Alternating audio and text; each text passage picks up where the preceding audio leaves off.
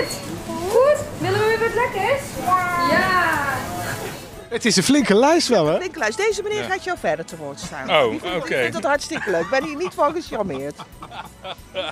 Is er kerststress bij uw vrouw, meneer? Nee hoor, helemaal niet, nee. En happen, hè?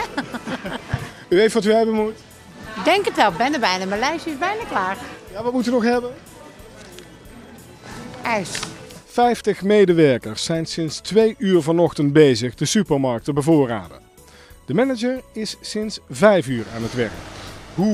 Hoe vol staat het hier nu? Het staat nu al redelijk goed vol. Ja. We hebben zelfs het later losse ruimte waar normaal de vrachtauto inrijdt, hebben we extra in gebruik genomen als magazijn op het moment. En nu staat er hier ook extra voorraad, emballage dingen, dus dat is alle hens aan dek wat ik al zeg. Dit is de drukste tijd van het jaar, neem ik. Ja, dit is echt de Pasen, Kerst, dat zijn de drukke dagen, de drukste dagen wel. Prosecco.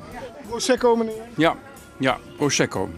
Bent u dan compleet? Nee, dat duurt nog wel 2 dagen voordat we compleet zijn. Zo. Morgen ook winkelen, hè?